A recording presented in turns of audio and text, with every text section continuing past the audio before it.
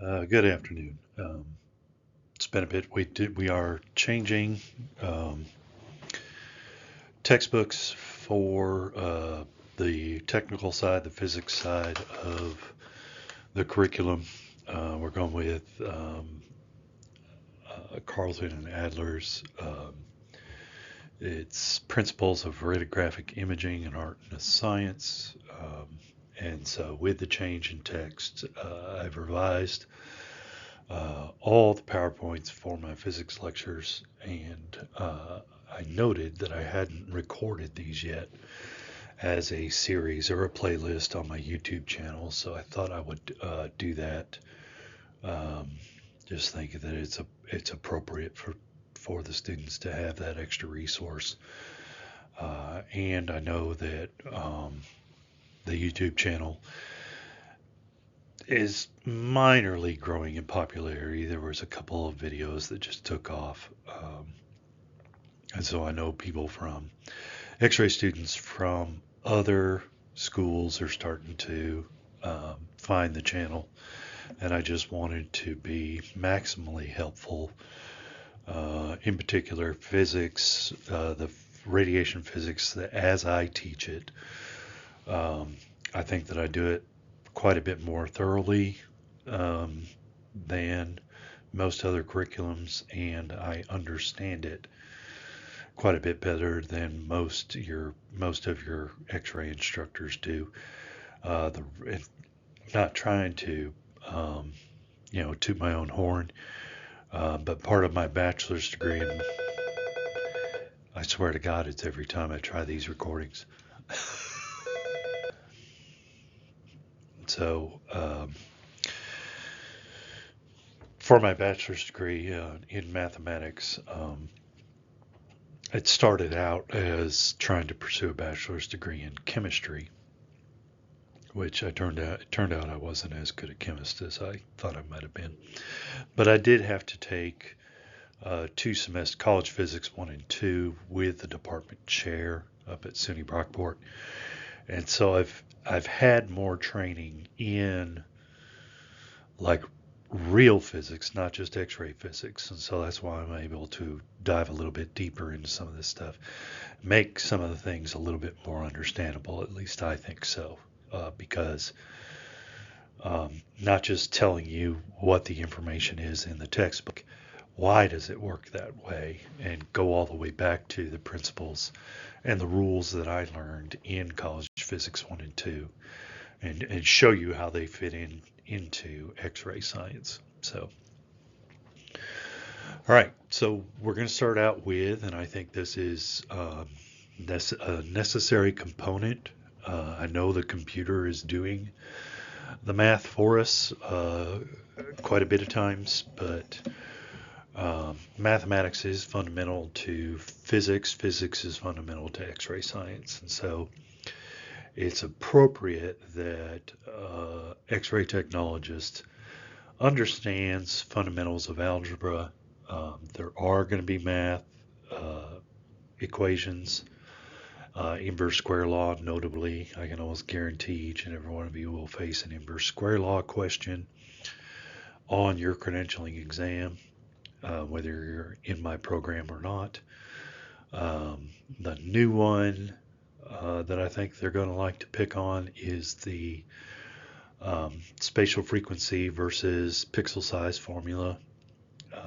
It doesn't involve any squares. It's really just a fraction multiplication problem or division problem. But I think that you shouldn't be intimidated by a simple algebraic equation with one unknown. It should be fairly straightforward. And also, I like how because math is a system with rules, it's a great way to teach logical deduction, which you empower logical deduction in your students, and you empower critical thinking in your students. So, yeah, math is a necessary component of the science side of radiologic technology. So let's get into it. Okay. So what is the extent of math? Do you have to do calculus? No, you don't have to do calculus to understand X-ray science. Okay, probably the most difficult I would expect would be calculations with scientific notation, and actually multiplication and division with scientific notation. Once you understand the rules that apply, it's actually easier than um, well, with a calculator, it's not easier, but it's easier to do by hand, uh, multiplication and division when the number is written in scientific notation rather than written out long form. So, and I hope that you can see that. So functions with fractions and decimals, we're going to deal with proportions, the transformer law, the inverse square law.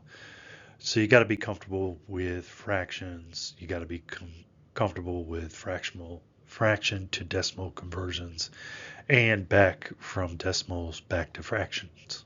Okay.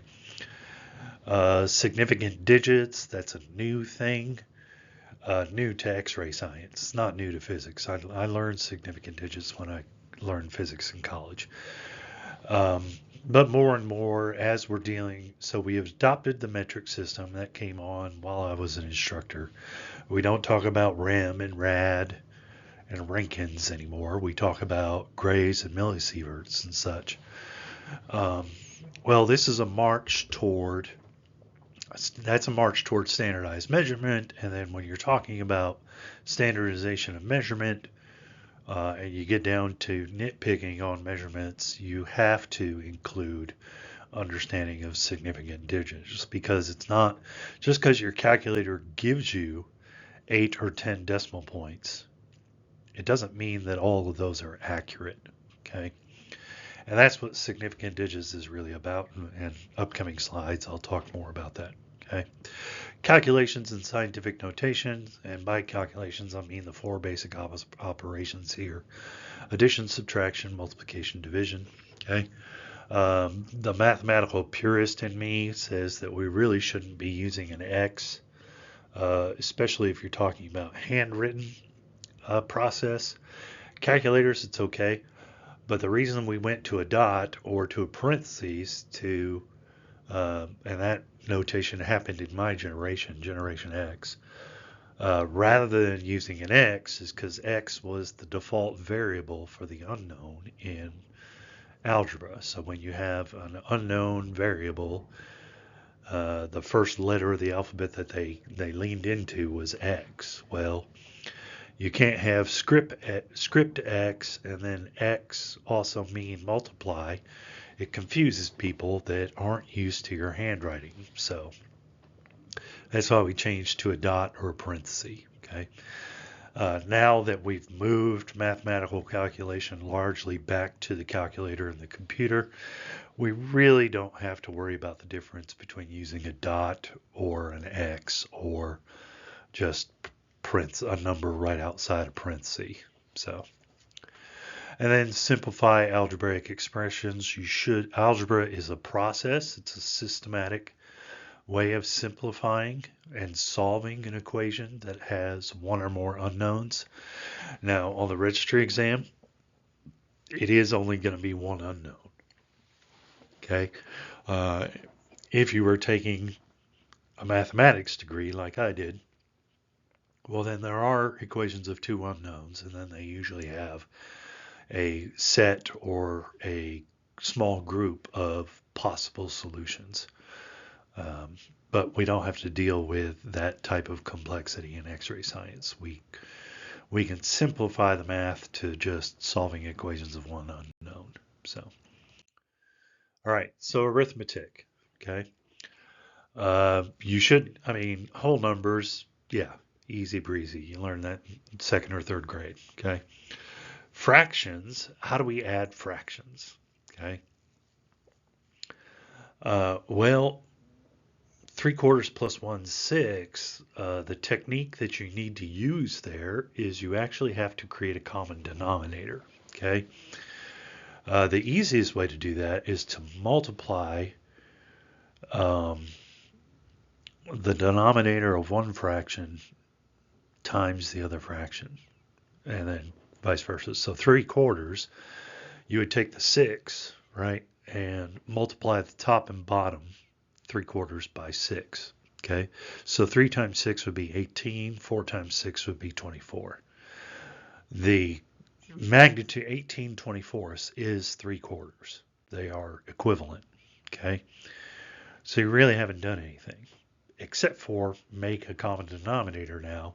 Now you do the same thing on the other side. You take the 4 over. 1 times 4 is 4. 4 times 6 is 24. Okay, so you have 18/24 plus 4/24. You end up with 22/24. Okay, and then that can both top and bottom can be divided by 2. That would be 11/12 is the right answer. Okay, and hopefully you were able to walk through that. I talked slowly enough. This is a recording. You can go back and play it to your heart's content, but that's how fractions, that's the easiest way to add fractions of different denominators. Okay, and just in case you're rusty, the denominator is the bottom number under the bar.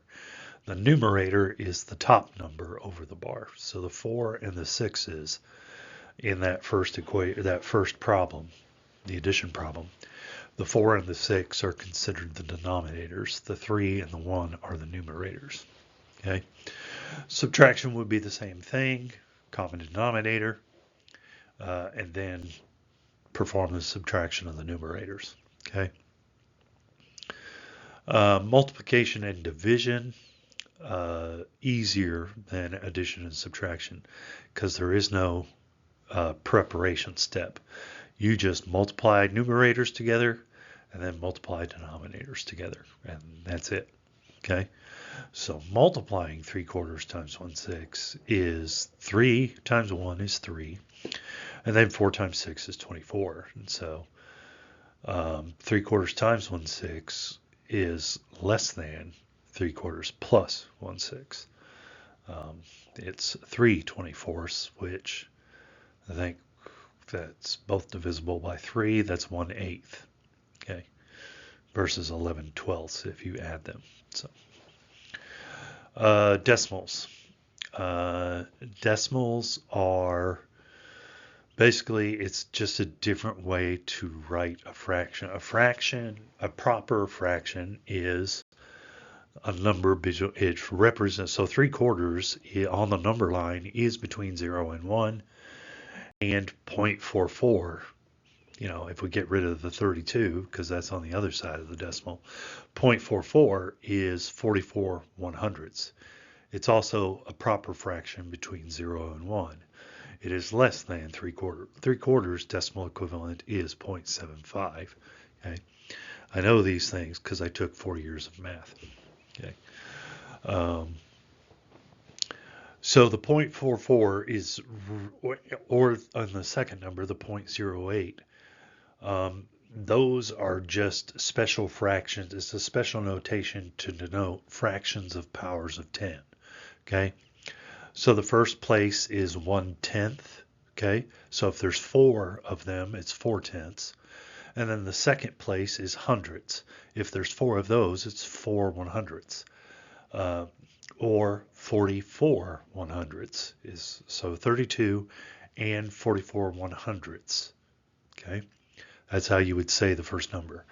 3 and 8/100ths would be how you would properly say the second number. Okay, so the places matter. It's like the magnitude of the decimal place to the left or the right.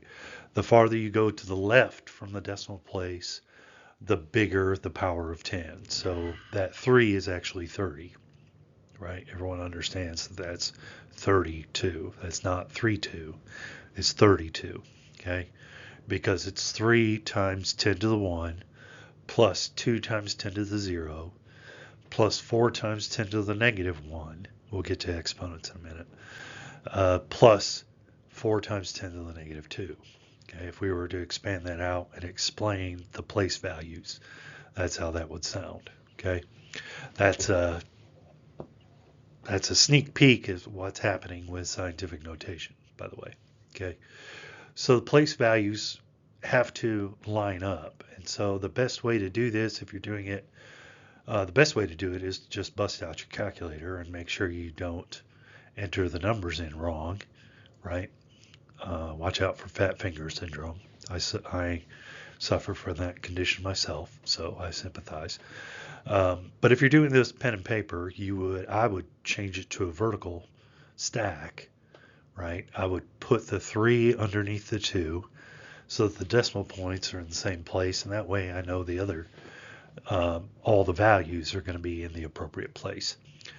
The 0 is going to go under the first 4, and then the 8 will go under the second 4. And if you're doing it by hand, you're going to have to scratch the first 4, make it a 3, and then borrow and make the second 4 14. 14 minus 8 is 6, and then 3 minus 0, because you borrowed 1, is 3. So, and then 32, you'd have to borrow again. Borrow 1 from the 30, so that becomes 20 and 12. Okay. 12 minus 3, I think, is 9. Okay. And then we only have 20. So 29.36 is the right answer. Okay. Impressive. Yeah. Generation X. We could do that. They made us do that in our heads. Okay. We were allowed to use paper and pencil. So multiplication and division. Okay. And of course, you would do what's called granny division or long division. Hopefully, they're still teaching that in public schools. Okay. If not, just break out your calculator. If you want to know the old arcane magic of long division, yeah, you can put a comment on this YouTube video, or maybe Khan Academy would do it for you. Just Google long division, and someone will explain it to you over the internet. They probably will have gray hair. Yeah. Okay. And so decimal point matters. Again, I'm not going to go into the process of long division. I am going to break out my calculator. For the X-ray curriculum, you are allowed, they offer that as a resource. Everyone gets a 4-function calculator. It's usually a software app embedded into the testing center station, the workstation. 7.91, and that's where I'm going to end that number. Okay.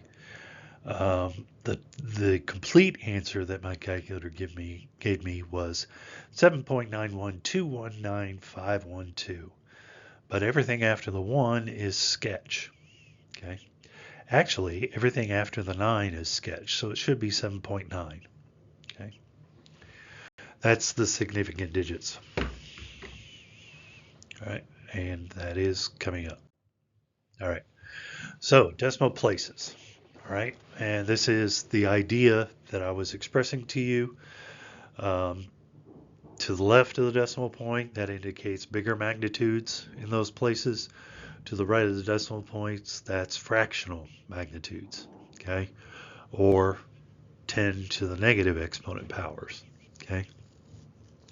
And then the base units is 10 to the 0, which is 1. Okay, that's an exponent rule that I'll be explaining before the end of the lecture. Okay. And so this is how, so when you say like 350, or you see a number and it's 3,854, and you think 3,854. Okay. And the reason you do that is because when you first were taught the number system, you were taught that these were places. These were value places. So the 3 isn't just a 3. Because it's in front of that first comma in America here, it is 3,000, or 3 times 10 to the 3rd power. Okay? The same way, that was 3,854. 8 is not 8, it's 800. And you understand that intuitively, right? And it's been so long that because that was when you first learned numbers. But now it's just that's a given. It's like Immanuel Kant would call that a priori. Okay, so when you start doing algebra and you start working with numbers and doing mathematical operations, the a priori knowledge, the knowledge you arrive with, the knowledge that is assumed as we stare at these math problems, is that you understand that each place to the left and the right of the decimal means a different thing. The 3 is less than 8, but the 3 in 3 comma 854 is not less than 8 because 3000 is greater than 800. You see? So that's what these are. Okay, that's what this is talking about. And once you wrap your head around it, say, oh, that's no big deal. I mean, everybody knows that. It's, yeah, but people forget this, and then scientific notation just drives them batty. But if they would just remember this, then scientific notation would be easier to them. Okay? Okay. All right. Oh, look, it's my first joke, my first meme. So, yeah, do not divide by 0. Bad things happen. Looks like he opened up a wormhole in space-time there. That's what's going on in the crime report, the police report anyway. Yeah, no. This is actually a work of art. I stole this meme from the internet. I am not the author. But that is a work of art somewhere here in America. I forget where, but it's dude's just creative, and kudos. It looks great. That's really neat, right?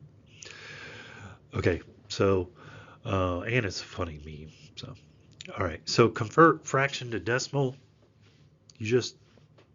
That's what we do in our calculator. So when you're dividing, you're actually converting a fraction to a decimal. Okay. So just the divide operation on your calculator. Take the numerator and then hit the divide button and then put in the denominator, and congratulations, you just converted a fraction to a decimal. Okay. If you don't believe me, do 3 divided by 4 from the previous example 2 slides ago. Lo and behold, it is 0.75. Okay, I would not deceive you. Okay. All right, percent to decimal.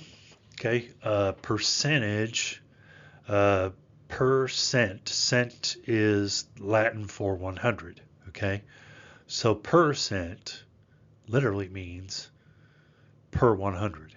Okay, so how many out of 100? Okay. So you can think of the percent is how we score most. If we're scoring quizzes on a 100 scale, every quiz you don't take exactly 100 questions. You take like 20, 25, something like that. Okay, but still, I write your score as a percent. Okay, so let's say you got a 90, right? That's a 90%. You got 90% out of, so let's say there were 20 questions. Getting at 90% means that you got the equivalent of your number right versus total number of questions. That fraction is equal to 0.9. Okay? That's 18 out of 20.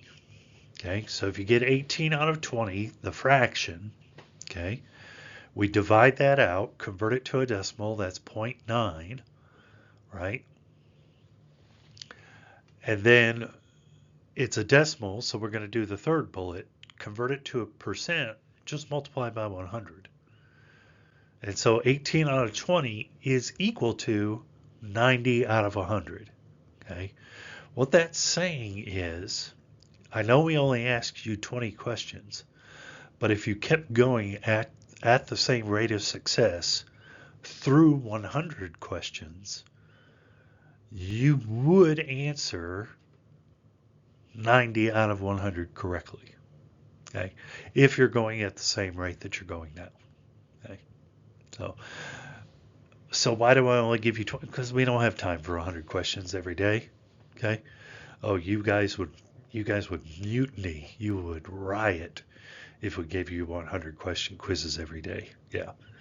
Yeah. We know what cognitive load is here at the X-ray school. So, yeah. Those of you listening from other programs, if you're taking 75 question quizzes, I'm sorry. They ought to know better. All right. All right. So significant digits. So we got to think about numbers because when we're using numbers in science, they're measurements typically. And I think either the second or third lecture in this series is going to be about the metric system. Okay. But there's a funny thing about measurements is we can only measure so small. Okay. And so just, if you have a ruler, you might have a ruler. Okay. Um, you might have a laser rangefinder that's got a digital readout. Okay. Um, but if you have a ruler or a tape measure or something like that, you can grab a real quick. You might notice that it's graduated. It's got inches or centimeters. Okay. In X-ray curriculum, I'd prefer to talk about centimeters because we're going metric. So, but there's a limit. The centimeters scale is usually divided. Each centimeter is divided into an additional 10 hashes, and those are millimeters.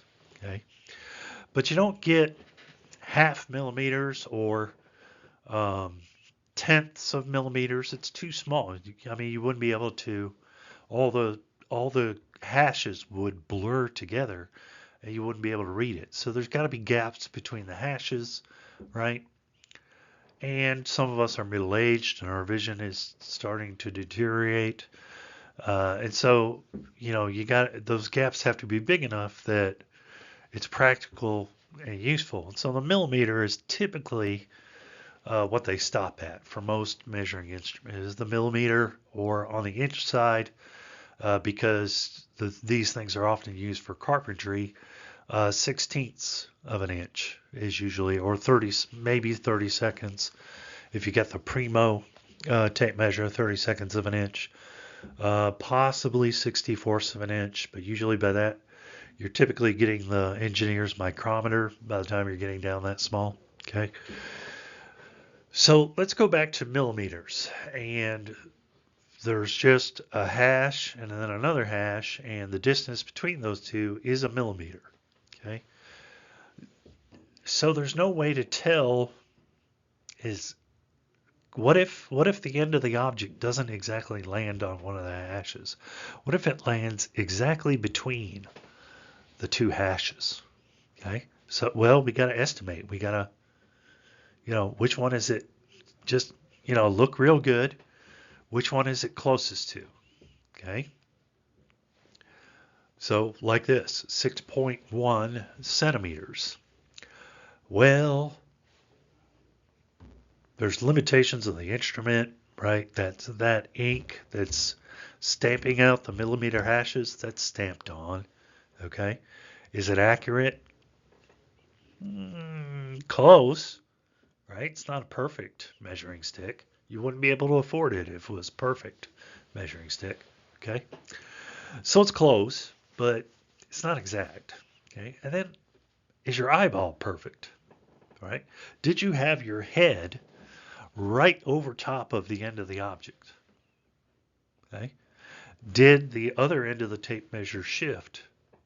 Because that's a novice carpenter mistake is you'll set the end of the tape measure at the end of the piece of wood, and then you'll drag it, and it's like a 6 foot long measurement that you need. You need a 6 foot length of 2x4, right? And you'll drag it out, and you get really close. It's 5'9", 5'10". Here it comes. Here it comes. There it is. And you mark it down, and then you look at the other end, and the tape measure has gone loose on the other end of the 2x4. God bless it.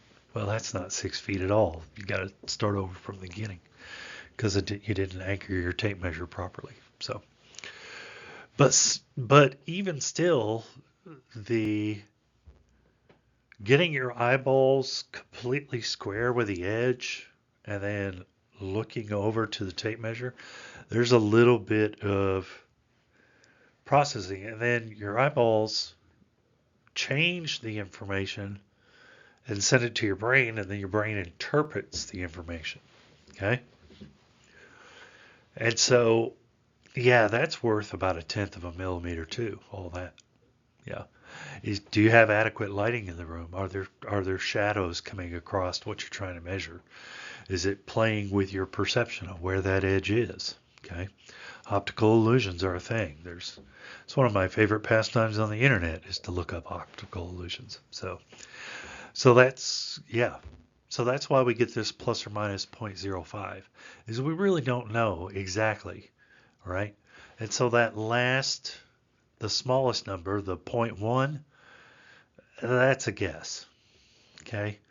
And so the real object's length could be a little bit more than 6.1, could be a little bit less. We know it's definitely not 6.2 though, because we can see that hash and it's nowhere near that, okay?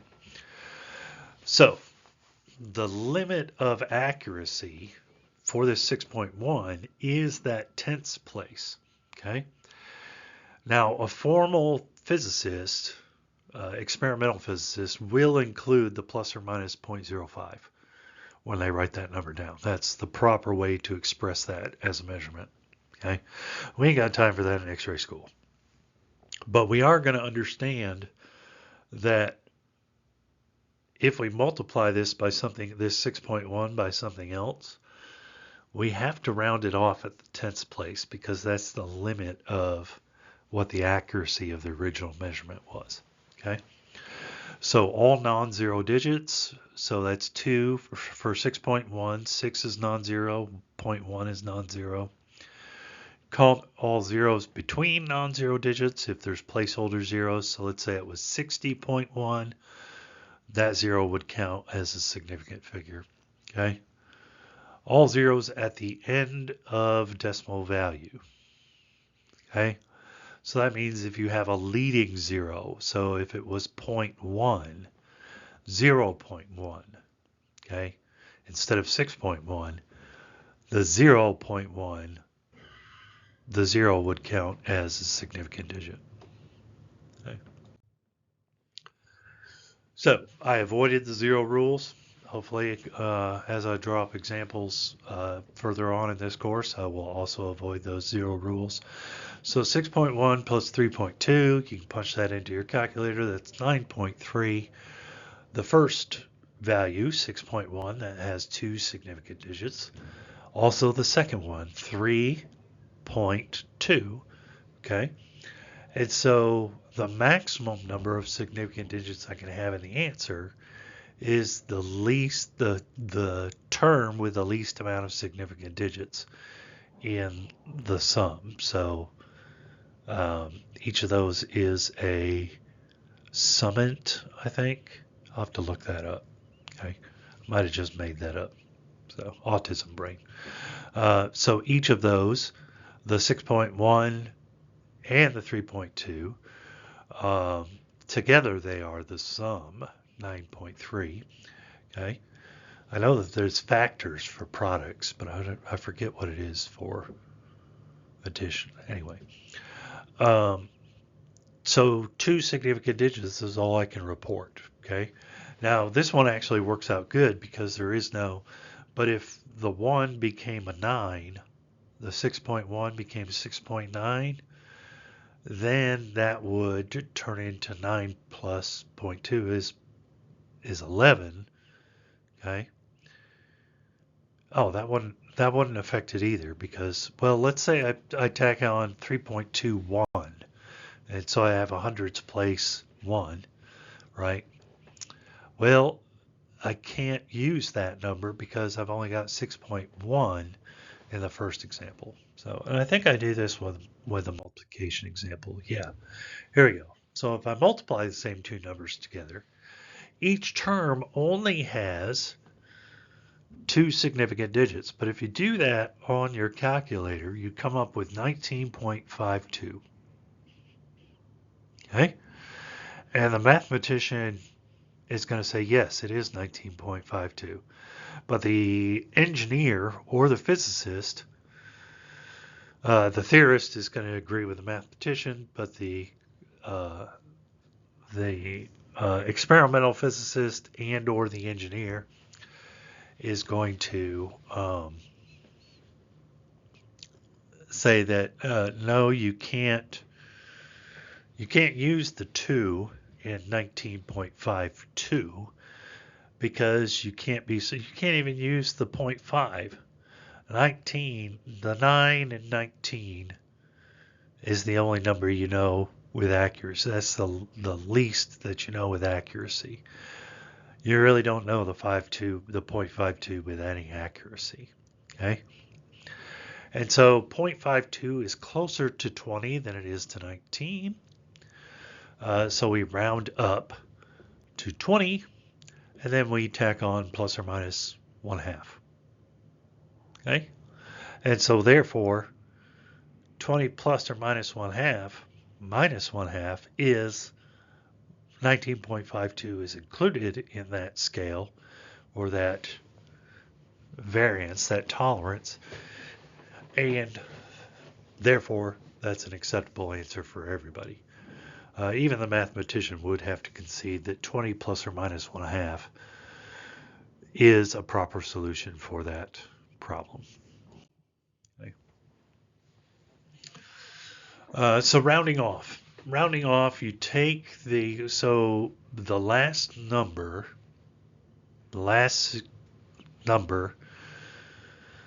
if we're rounding after a calculation, down to so we can get down to the number of appropriate significant digits.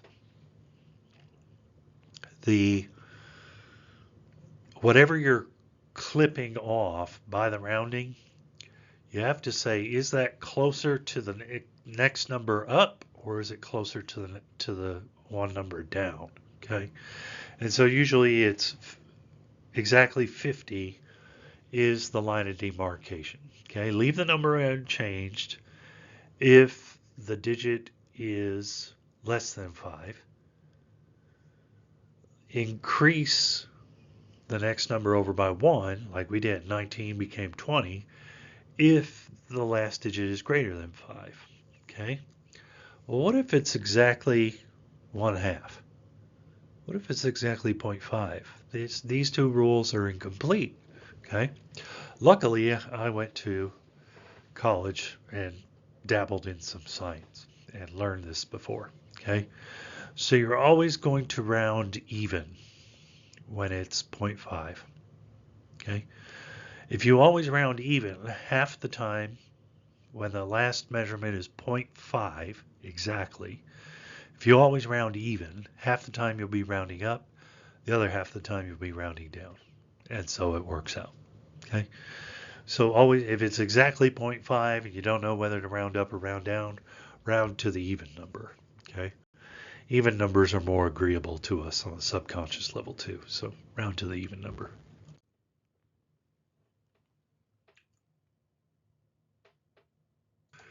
All right, so our decimal system, each value to the right of the decimal represents a fraction of a power of 10. 300 is really 3 times 100, or 3 in the hundredths place. Okay. So also 0.003 is 3 divided by 1,000, or 3 1,000ths. Okay. And the th at the end means that that's a fraction. 3 over 1,000.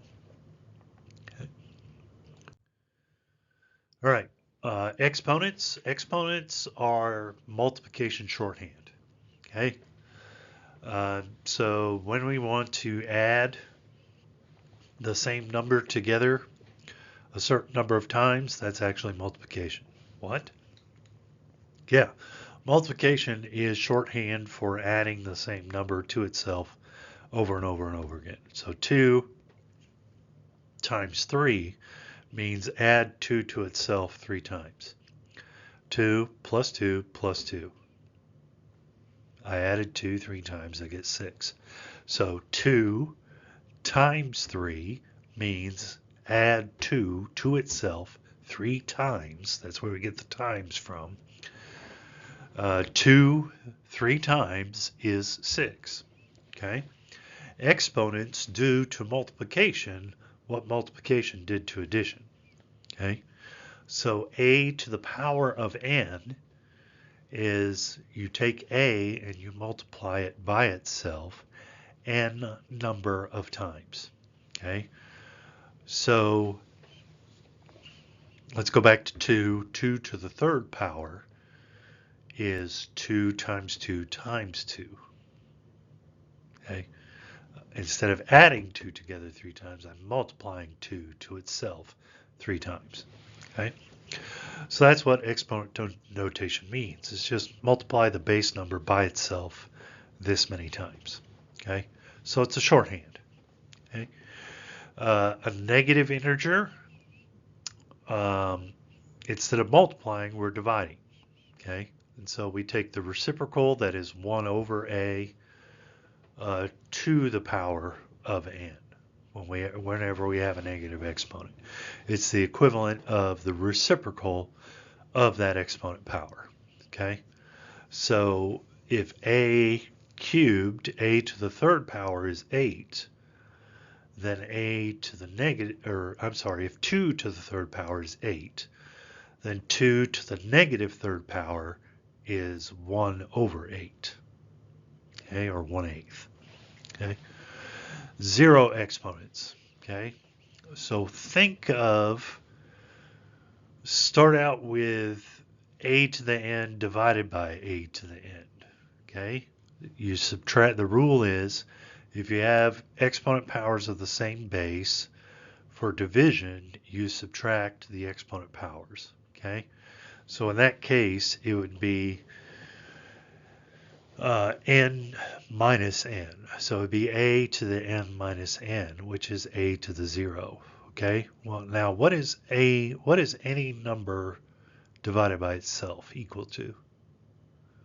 That's another way of saying 1, because any number divided by itself is the multiplicative identity, which is 1.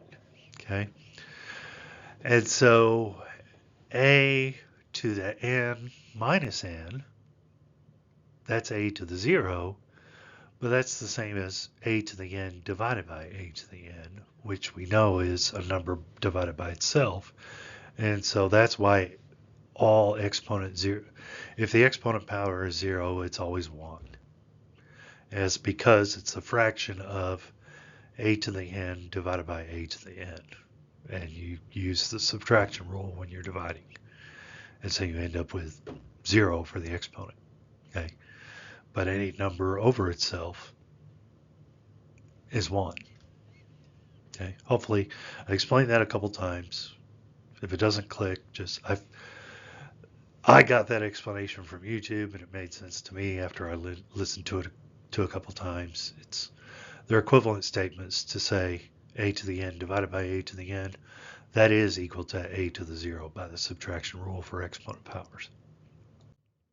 Okay, so exponents of the same base. Okay, you can just add the exponent powers. So 3 to the third power times 3 to the 5th power. The bases are the same, so you can just transfer 3, stays 3 as the base. But remember what the exponent means. It means multiply this number to itself this many times.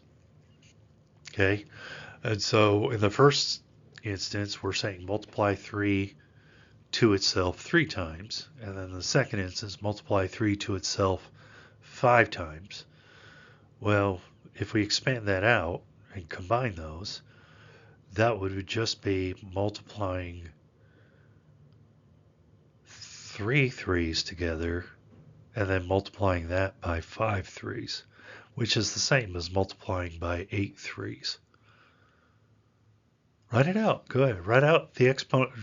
Reverse the shorthand for the exponent notation and write out the number of 3's and count them up. There's going to be 8 of them. Okay.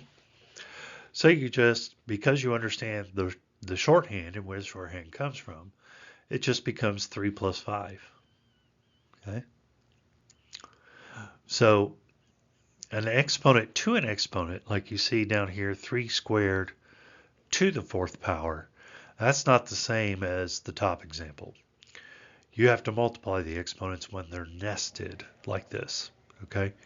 And so 3 squared, multiply 3 squared to 3 squared 4 times in a row, okay? So 4 times 2 is 8, yeah, okay? You end up with the same answer, but it means something. Nested exponents, nested in parentheses, means something completely different than multiplying 2 exponent powers of the same base.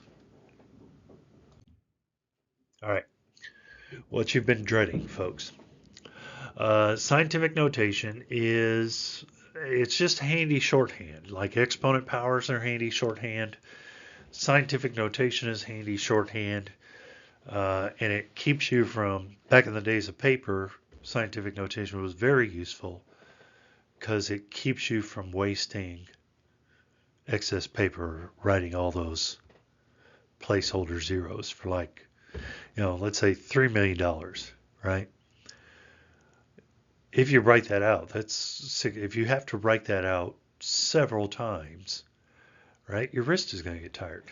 But you can write 3 times 10 to the 6th, and it takes up less space on your paper, right? And then all those zeros they make your eyeballs cross, honestly. If you can have more than 5 zeros to the decimal point, after you look at a couple of those long numbers, it's like, what is that magnitude again? And you actually have to count it out. So, yeah, it's terrible. Scientific notation makes big numbers and really, really tiny numbers easier to manage, take up less space on your scrap paper, things of that nature. So that's why it's a convention. Now, in the computing age, when all the math is being done by the calculator or the software, yeah, there could be arguments that scientific notation is kind of obsolete, but I mean, we still use it to express values in text and print and stuff. So, yeah, you got to be comfortable with what it's saying. Okay. All right. Yeah, big numbers are scary. Is that a? Oh yeah, I'll leave that to you guys to figure out what that links to. Okay. I'm not sure it'll work in the recorded video. So, but you'll have access to the PowerPoint if you're taking my class here at NGH. Right. So with scientific notation, really big numbers and really small numbers can be written in shorter form. So a good example of this is the speed of light. The speed of light and X-ray photons and any other type of electromagnetic radiation. Now, yeah, the theoretical physicists are going to say, whoa, it slows down in glass and water. What are you doing? No, not for us, it doesn't. Okay. 3 times 10 to the 8th meters per second. Yes, the theoretical physicists are right. It does slow down in glass and water and some other mediums. But for the purposes of X-ray science, we don't have to know that it slows down in glass and water and other things that it's going through. So for us, it's always 3 times 10 to the 8th, right? Makes it easier. That's what Einstein said. Makes it easier. Yeah. In fact, Einstein, what he actually said about the speed of light is, listen, if we don't fix this to a constant value, it basically breaks our understanding, all the measurements that we make and every conclusion that we've drawn. We've already assumed this. We just didn't admit that we have assumed this. This was a priority, or not a priority, a priori. The speed of light being this value and this specific value, it has to be that, because if it's not, then all of our calculations are wrong, and the very careful framework of understanding that we've built just crumbles into nonsense. And so, yeah. So that's how the speed of light really became constant. Okay. All right. Planck's constant, there, very small number. Planck's constant is how we fractionally partition energy to a photon, okay, in multiples of Planck's constant. Okay. And so that is a very, very small number. And it's, look at, if you didn't believe me about your eyes crossing, yeah, tell me where that six, what place does that first six hold? Well, if you know anything about scientific notation, you could tell me that that's the 34th place after the decimal, to the right of the decimal point, but that would be cheating. Okay, but if you, yeah, that's 30. I think that's 33 zeros in between there. I'm gonna take my word for it. You can count them and make your eyes cross if you want to. So, but yeah, which one's more pleasant to look at? Just look at the yeah, 6.62 times 10 to the minus 34th, or this. Okay, which one would make your hand cramp trying to write it out? Okay. Can you imagine doing a calculation with Planck's constant, writing it out in long form? And it's like a 6-step calculation? Oh my God. I think I would gouge my eyes out and break all my fingers before I was forced to. Or, I might threaten the professor with bodily harm. Okay? Because he would be the one making me do that. You know, that's the type of thing evil professors would do. So. All right, so I'm actually being nice to you by, I want you to have small, manageable numbers. Okay, 300 million. Yeah, that's big. That's kind of intimidating. Yeah, I mean, not as intimidating as what the link goes to on the last page, but still, that's a big number. Okay, 3. No one's scared of 3. Come on, it's 3. I've encountered 4. I've encountered 15. I'm not scared of 50.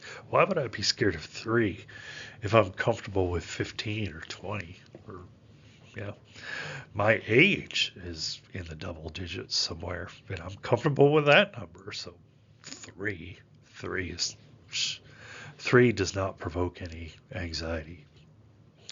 300 million. Yeah, yeah. All right.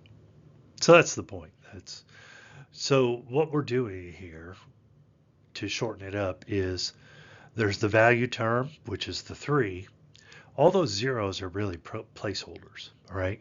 And so you're counting the decimal places between where the decimal point is now and putting it between the 3, putting it right before the 3, okay?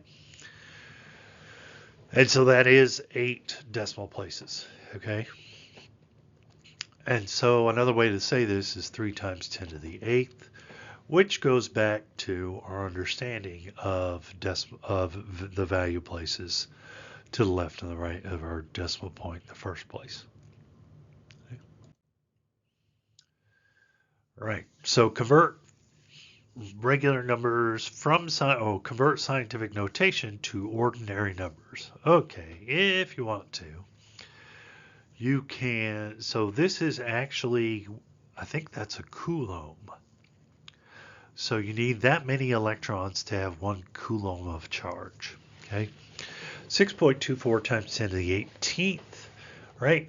So that means, since it's a positive exponent, you have to shift the decimal point to the right 18 places from where it is now. And so doing that gives us that really, really big number. Yeah, that's 1 coulomb of electrons. That's 10 to the 18th. So let's see. A billion is 10 to the 9th. A trillion is 10 to the 12th. I think we're after a trillion, it's a quintillion, which would be another 10 to the 15th. No, quadrillion and then quintillion. So this is 6 quintillion, 240 quadrillion. Wow. Yeah, so much easier, like 6.24. Yeah, okay. 6, almost 6 1/4, like 6 1/4. Yeah, yeah.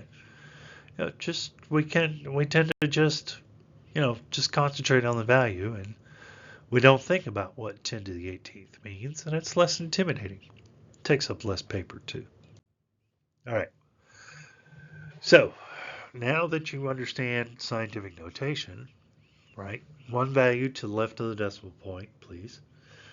Um, Now you need to be able to do math. Well, what did we do when we added subtract decimals? We lined up the decimal point, right? Well, the decimal point in scientific notation is being replaced by the power of 10 exponent, the magnitude term, okay? And so just like we have to line up for decimal addition, we have to line up the decimal points, right? So this is 5.0 plus 0.4, right? Okay. And so if you stack those vertically, it becomes 5 plus 0, and then decimal point, and then 0 plus 4. So it becomes 5.4, okay? But how did we get the 0.4? Well, the 0.4 is what happens when you convert 4 times 10 to the 4th to something times 10 to the 5th, okay? In other words, we're taking 10 to the 4th and multiplying it by one more 10, because that's what exponent powers mean, right?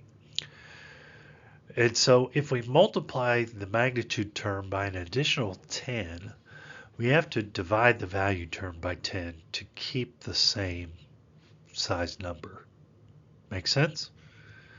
Yeah, so when I convert 4 times 10 to the 4th, what I'm doing in that conversion is the first 4 is being divided by 10, right? And that's how I end up with 4/10. Makes sense. Okay. And then I take that 10 and I multiply that by the magnitude term. 10 to the 4th times 10 to the 1st, which is just 10. Oh, you add exponent powers when you multiply by exponents of the same base. So 4 plus 1 is 5. See? Okay. So we get 5.4 times 10 to the 5th. Okay. Now, how do you know that that's right? Well, you can take the time. I will not be doing it, but you certainly can. Take a 4 and write 4 zeros behind it, then a decimal point. So, what is that, 40,000? Yeah. And then take a 5 and write 5 zeros, so 500,000. Okay. And then stack them vertically and add them together. You should get 540,000. Then convert that to scientific notation, and you should find that it's 5.4 times 10 to the 5th. Multiplying and dividing in scientific notation. Now, I've only shown you multiplication here, but this is called, I believe it's called the commutative property. Okay? You can, as long as you're multiplying throughout, or dividing throughout, which is the reciprocal opposite process of multiplication. Okay? As long as you're doing that, and because we have exponent notation, we can change multiplication and division by adding a negative to an exponent power. Okay? As long as you're multiplying, it's always the same operation. You see A times B times C times D. Right? The parentheses are really unnecessary, and the order that you multiply the 4 numbers together can be rearranged. Okay? So these aren't just any numbers. They work with it. You could put in 1, 2, 3, and 4, and then 1 times 2 is 2, and then 3 times 4 is 12. 2 times 12 is 24. Or you can rearrange that. So that's 1 times 3 times 2 times 4. 1 times 3 is 3. 2 times 4 is 8. 3 times 8 is still 24. How about that? Okay. So it works with any 4 numbers. You can plug in any 4 numbers for A, B, C, and D. But I want you to consider the scenario where A and C are the value terms of your scientific notation, and B and D are the powers of 10. Okay. And so if we rearrange them in the bottom, then the value terms are multiplied together, and that becomes the value term. Remember to round for significant digits. And then the powers of 10 get multiplied together. We just add those exponents. Okay? And so it's actually easier to multiply and divide in scientific notation than it is to do subtraction and addition in scientific notation. Okay. All right, so I've given an example here. So that's what I have. I have the general form A times B times C times D, right? B just happens to be 10 squared, and D just happens to be 10 to the fifth. Okay, I'm going to rewrite that as A times C times B times D. And I'm rearranging that so that I can multiply 4 times 3 together, and then multiply 10 squared times 10 to the fifth. Because those are fairly easy. I can do both of those in my head. Okay, 4 times 3 is 12, right? And then 10 squared times 10 to the fifth. You add the exponents, so that's 10 to the seventh. Okay, so we have 12 times 10 to the seventh, but I want to write that in scientific notation, so I have to shift. I only want one value place to the left of the decimal point. So only can't have the 12. I got to have 1.2. Okay. So that's effectively dividing 12 by 10. So since I've done that, I got to multiply the other term by 10, which you just add 1 to the exponent power and it becomes 10 to the 8th. So, all right, dimensional analysis. Convert measurements one system to another. Okay, so we've gone to the metric system, so we don't have to do conversion from American system for dose to metric system for dose. You won't see those problems on the exam, on the credentialing exam. But occasionally we will have to convert pounds to kilograms. That's always for a clinical practitioner. Nurse, doctor, x-ray tech, anesthesiologist, CRNA, pharmacist, pounds to kilograms, yeah, all day, every day, okay? And so 1 pound is 2.2 kilograms, so you're just going to set up a proportion here. So if 1 pound is 2.2, how many kilograms is 4 pounds? Well, you put both the pounds in the numerator, put both the kilograms in the denominator. One of those is an unknown. And then when you have, this is what's called a proportion. Okay. When you have a proportion with one unknown, that is two fractions on opposite sides of an equal sign, you can cross multiply to solve this. Okay. So it's x is equal to 4 times 2.2. So x is going to be 8.8. Okay. Same thing for inches versus centimeters. And I picked 40 inches and 72 inches because those are common SIDs, right? If you solve this, you're actually going to find that it's a little bit different than what we estimate. The registry estimates those values to be 100 and 180 centimeters. Right, but let's actually do it. 40 times 2.54 is actually 101.6 centimeters.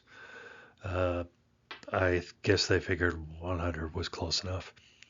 And then 72 times 2.54 is equal to 182.88. So they've almost lost an entire inch there with that estimate of 180 centimeters. But that's what you'll find on the registry. They'll say 40 inches, parentheses, 100 centimeters, 72 inches, parentheses, 180 centimeters. Okay. They're rounding them to the nearest 10 centimeters, I guess. All right. Oh, look. Sally is questioning the sanity of the math teacher. Yeah. I would agree. 60 cantaloupes is way too many cantaloupes. All right, algebra is a system. Okay, it's literally from Arabic. It means the process. Okay. Watch. I learned that on YouTube. So if it's wrong, don't. You know, I don't speak Arabic, but it's literally al-jabra is how they say it. So I've been told it means the process of what? Solving for the unknown. That's what it is. Okay. Uh, so sign, numbers, absolute value, negative of a number. Okay. So what that's getting at is there are integers with algebra. That is, there are positive and negative numbers. Negative numbers are on the the number line. You put the zero somewhere on the number line, and typically you go back to the right to count in the positive direction. At least in my head, you go to the left to count in the negative direction. Okay. Um, the absolute value of an integer is the distance in positive magnitude between 0 and that number. So -7 is 7 places away from 0 to the left, but absolute value doesn't care which direction it is. +7 is 7 places away from 0 as well. Okay, so the absolute value of +7 and -7 is just the difference in space on the number line back to 0 without any sign to it. Okay, so absolute value is always a positive magnitude. It's the distance between in counting places, whole numbers, or integer whole numbers. It is the distance between 0 and whatever value you have. So basically for negative numbers, you just get rid of the negative sign. Okay. Subtraction, multiplication, division, and then order of operations. Okay. So subtraction with negative numbers, two negatives make a positive. Okay. Multiplication with two negative numbers, two negatives make it a positive. Okay. Division with two negative numbers, two negatives make a positive. Okay. So all of those, addition of two negative numbers, not necessarily. Okay. Yeah, not the case. But those other three, two negatives make a positive. Subtraction, multiplication, division. Okay. A lot of times, especially with multiplication and division, you can do a reverse distribution rule and factor out a -1, just as long as you factor it back in for the final answer. Sometimes that makes things easier. Okay, I've pulled that trick several times. It's just so much easier to not have to deal with what's the rule for two negatives. Well, just make it positive. Just pull out a parentheses -1, right? And then multiply two positive numbers together, and then multiply by a -1, and it's the same thing, right? All right, order of operation is please excuse my dear Aunt Sally. They put in this term so I had to mention this. I had to actually look this up. I've got a bachelor's degree in mathematics, and I didn't know what those were, ernary minus and ernary plus. That is the signage to an integer. So that is like -3. That doesn't mean subtract 3. That means it has the value of -3. Ernary is pertaining to the number negative. It's the negative that pertains to the number -3. Okay. Ernary plus usually is understood. If you don't see the minus sign, then it's a positive integer. It's a number greater than 0. Okay. So they want you to handle those ahead of time before you do multiplication and division. And that really is, so that's the trick that I was telling you is if you have a minus sign, right, and then there's something in a parentheses, you can stick a little 1 in between the subtraction symbol, and it's like you're adding -1 times whatever's in the parentheses. And then you can distribute the -1 through the parentheses. It totally works. Okay. I think that's what they mean by treating earned area minus earned area plus, because sometimes it won't be -1. Sometimes it'll be -3 outside the parentheses. Yeah. You can, while you're distributing the 3 and multiplying whatever's in the parentheses by 3, also multiply it by -1. Okay, so change the signs on everything in there. Okay. Then you do multiplication and division. Then you do addition and subtraction. Okay. If you break these rules, the order of the rules, then you're breaking algebra and you're going to end up with the wrong answer. Okay. So distributive property of multiplication and division is the only exception to work out what's in the parentheses first. Okay.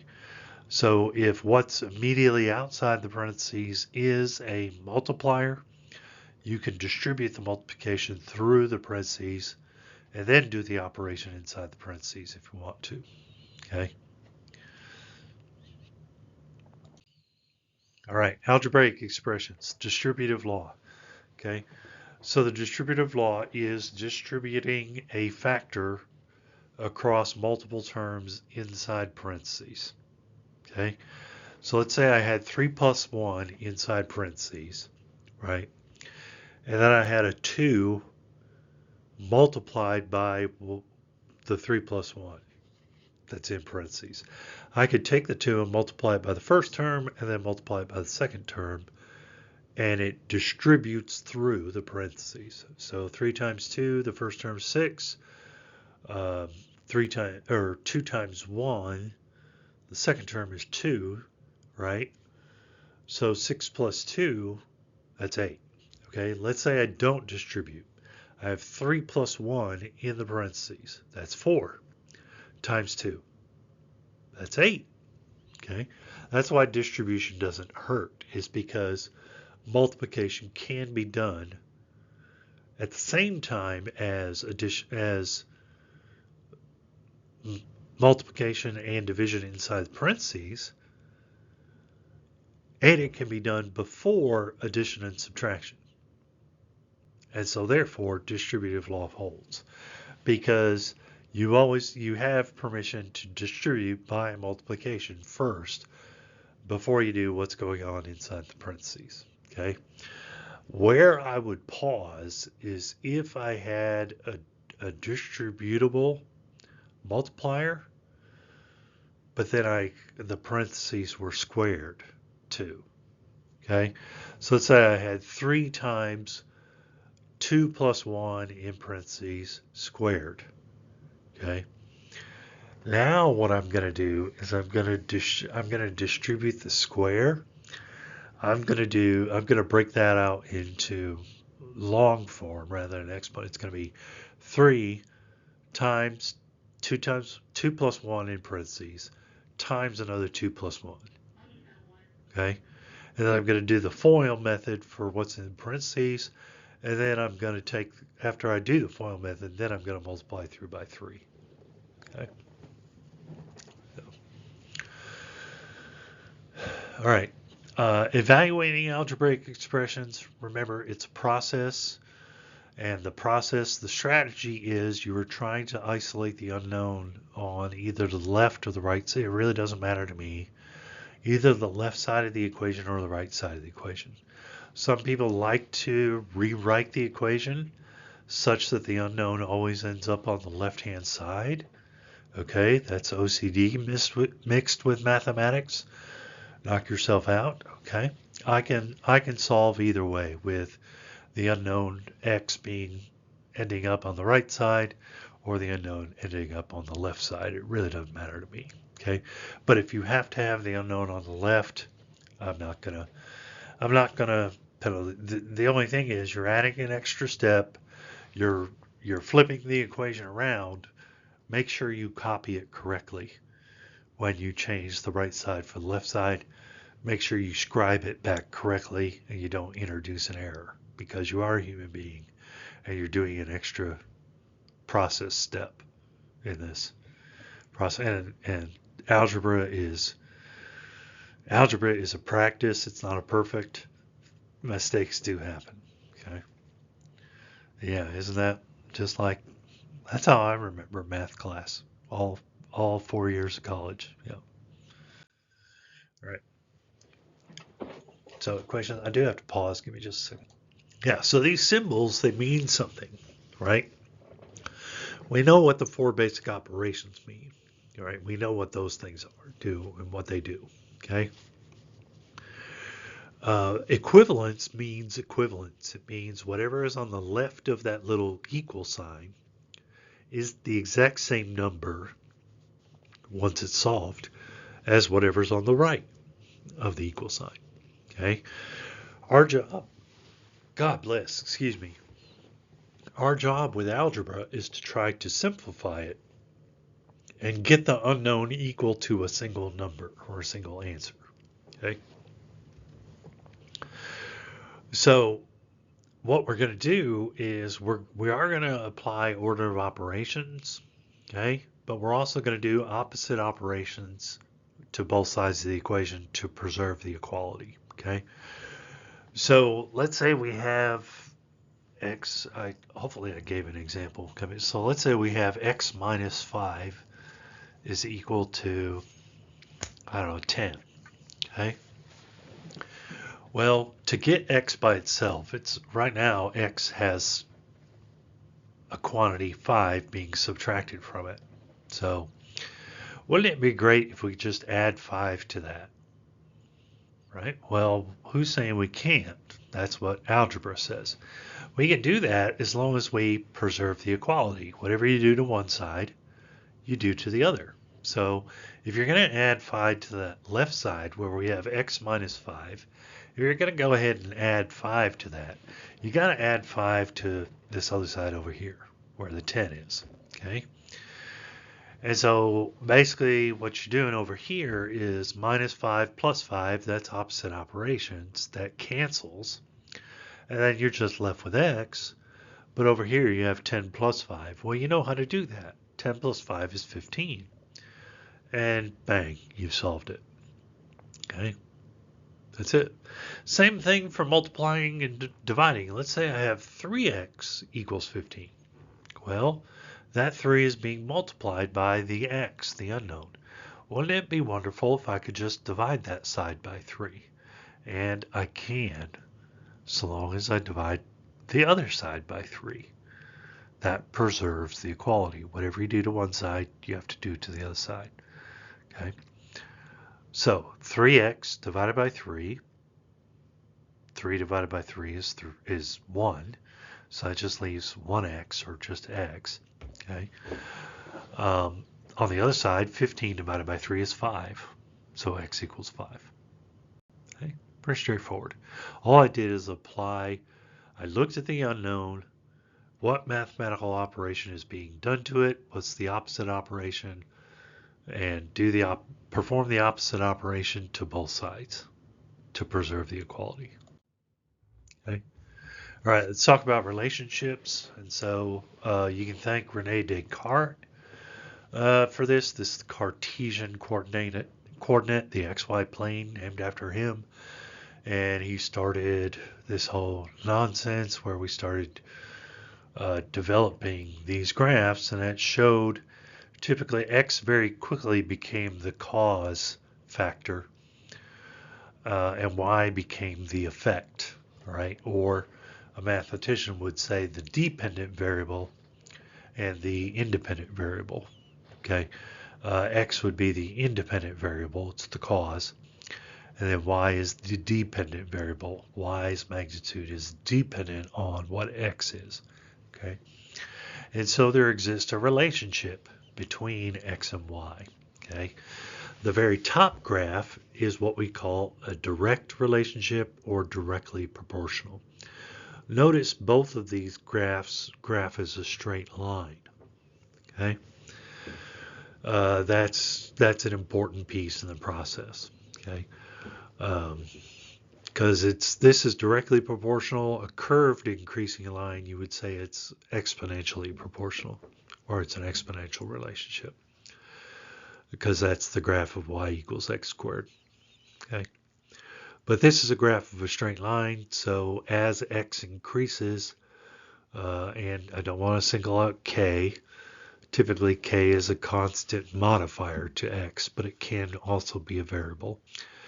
As k or x increases, y increases as well. Okay. Now, if k is equal to 1, then you get a slope of 1 with this line. Okay. It doesn't look like I quite have a slope of 1, so k is some number between 1 and 0. An indirect variation is usually when, so y is technically in the numerator, that y can be expressed as y over 1, and kx is also in the numerator, kx divided by 1, so the top one, both of those are in the numerator. But if you have the bottom equation where y is in the numerator but x is in the denominator, then that's an inverse proportion, or an indirect variation. Is that really what they call it? No, not indirect. I want you to learn inverse. It's an inverse proportion. Okay, as x is increasing, y is going to decrease. All right, that makes sense. As the denominator of a fraction gets bigger, the fraction itself gets smaller because you're dividing by a bigger number. Almost to the end, gang. Wake back up. We're almost done. All right. So the book does mentions that, again, this is the Adler and Carlton book, Principles of Radiographic Imaging. It does mention that there are important calculations. I already mentioned inverse square law. Yeah. I would bet money. I put $20 down that you're going to see an inverse square law question on your credentialing exam. Density maintenance formula, a lot of people call that the direct square law, okay, or the mass distance compensation formula, okay. It's close to it's still a proportion. It looks similar to, but you don't invert the one side. It's a direct proportion. You directly increase or decrease the mass with a proportional change in distance, okay, to compensate for the intensity of the beam changing with distance. Okay. So greater distance requires greater mass. Mass calculations, remember that mass is a product, ma times time.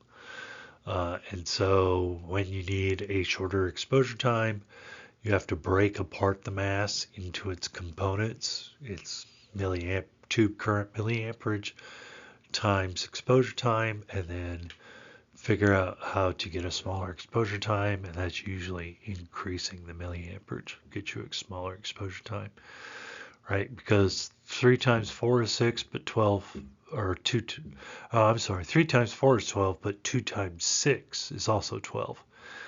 So if I want to cut my exposure time from 3 seconds down to 2 seconds, yeah, I know it's a bad example, I can just increase my MA from 4 to 6.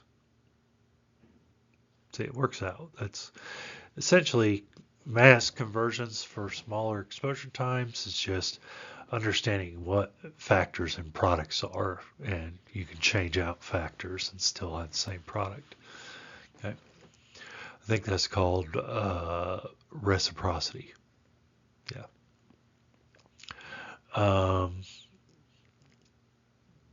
Exposure index values, those are proprietary. They're starting to become standardized. More and more manufacturers are adopting the standardized deviation index. But you do have to be familiar with that scale, right? Are you going to be asked to calculate a deviation index? Lord, I hope not. It involves logarithms, base 10 logarithms. So, um, but yeah, it is a mathematical process to calculate a deviation index. Um, some exposure indexes are loosely based on deviation index or partially based at least on air karma, strength of the remnant beam and air karma. So geometric on sharpness, that is mathematics of proportional or similar triangles. So again, a proportion is involved. 15% rule, a 15% increase in KVP is the equivalent of doubling the mass as far as remnant beam strength. And so one can be swapped for the other for technique conversions for saving dose. Data loss prevention, I only listed that on here because Adler and Carlton, that's a software thing, and that's probably a calculus operation dealing with data transmission and what do they call that? File compression and acceptable rates of file compression. That's more your PACS administrator, but it does, since we are dealing with digital images and data packets, yeah, data loss prevention is going to become an important part of the job. Okay. Formulas. All right, formulas represent the rules of physics, basically, how the world behaves, how nature behaves. So a good example, Isaac Newton was good enough to explain how things fell to Earth due to gravity through this equation here. There was another general gravitational formula, but he used this one close to the surface of the Earth, like dropping an apple and so on and so forth. Okay, there's a general force applied to an object, and what we witness is the acceleration. Okay, the acceleration we witness is directly proportional to the force, but inversely proportional to the mass of the object. That's why I say F divided by M equals A, because both the force and the mass combine to be the cause, and then the A is the effect. Okay? The acceleration is what we witness when a force is applied to a mass. The more massive the object per unit force, the less the object accelerates. So more massive objects take more force to yield the same acceleration. Okay. All right, so some physics calculations I'm going to subject you to, or at least have you understand what they're saying with this equation. Newton's second law of motion, it's just multiplying two numbers together. Okay, and units of measurement, yeah. Coulomb's law, that's where both resistance and voltage comes from Coulomb's law. A lot of the technology, like the focusing cup and the image intensifier, they exploit Coulomb's law in order to manipulate electrons and steer them effectively. Steering electrons is very handy, okay? Because we can't steer photons. All right. Kinetic energy. Kinetic energy, 1/2 mv squared. Kinetic energy comes into play when we're accelerating the electrons to high speed. So it is the source of energy for the Bremsstrahlung photon, the kinetic energy of the electron. So that's why we're going to be looking at the kinetic energy formula. The wave equation for electromagnetic radiation, that's the speed of light is the product of the wavelength and the frequency. The Planck equation, the energy of a photon, is Planck's constant, different from lambda, times the frequency. And so the frequency of the photon and the energy are directly proportional. Okay? Ohm's law, this is my version of it. In the book, they'll probably, electricians will say V equals IR, right? But ohms are that little omega symbol, and then amps are capital A for units of measure, like mass. Mass is usually spelled small m, capital A, small s. That's not an accident. We're not trying to be sarcastic with our text like the meme. It's capital A because little a means acceleration. So it's m, small m for milli, capital A for ampere, small s for seconds. Okay. Transformer law, proportion, voltage ratio, turns ratio on the right hand side. We'll get to that. All right.